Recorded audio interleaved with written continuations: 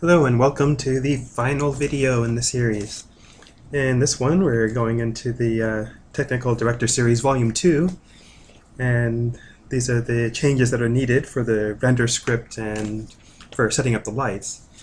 Now I'll start with the lights. I have the bleachers top light selected, and in the instruction videos there's contributions for diffuse and specular, but here in Houdini 13 there's just the light contributions. So what we do is we just click this twice, one for diffuse and one for specular. We go to the drop down here, choose diffuse, and that'll be our diffuse component. And since Houdini 13 uses reflection instead of specular, we use the reflect in the second component.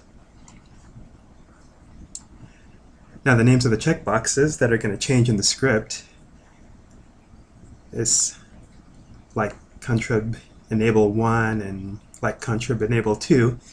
So you have to be consistent and always put diffuse then reflect so that the changes I show you in the render script can find them and use them.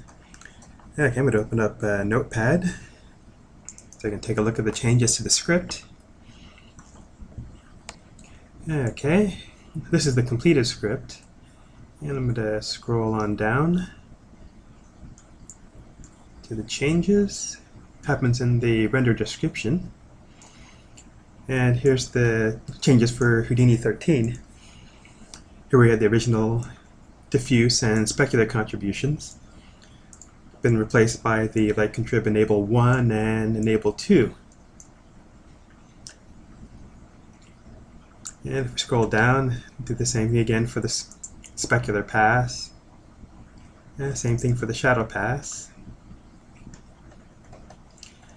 And scroll on down.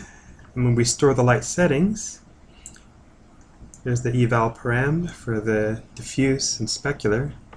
And again, replace it with contrib enable 1 and contrib enable 2. Same thing for restoring the light settings. Place the diffuse and spec with enable 1 and enable 2.